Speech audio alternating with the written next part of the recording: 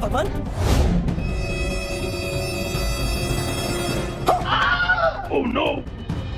মা মা মা কি হয়েছে? কি একটা ছেলে বৌমা তুমি এখানে আগে বসো তো। এই তুই আগে এক গ্লাস জল নিয়ে আয় তো। এই নাও জল।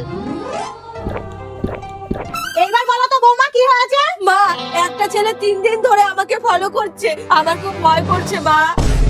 আমি এই বাড়িতে থাকতে আমার বৌদিকে ফলো করে, তুমি চিনতে পারবে তো ছেলেটাকে? যখনই ফলো করে তখনই মুখ বাঁধা থাকে, তার জন্য চিনতে পারবো না, কিন্তু কোথায় আড্ডা মারে সেটা আমি জানি। ছেড়ে দেবো না সালা।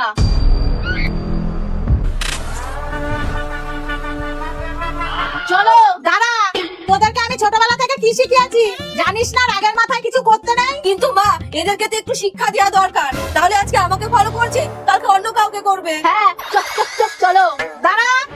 সবসময় ঠান্ডা মাথায় সিদ্ধান্ত নিতে হয়, বুঝলি? না হলে উল্টে নিজের মান সম্মানই হারাতে হয়। তাহলে তুমি বলে এখন কি করা উচিত? যে যেমন কর্ম করবে সে তেমন ফল পাবে। বৌমা, তোমাকে ওই ছেলেটা 3 দিন ধরে ফলো করছে না? হ্যাঁ, তুমিও ওকে আনফলো করে ব্লক করে দাও, হিসাব বরাবর।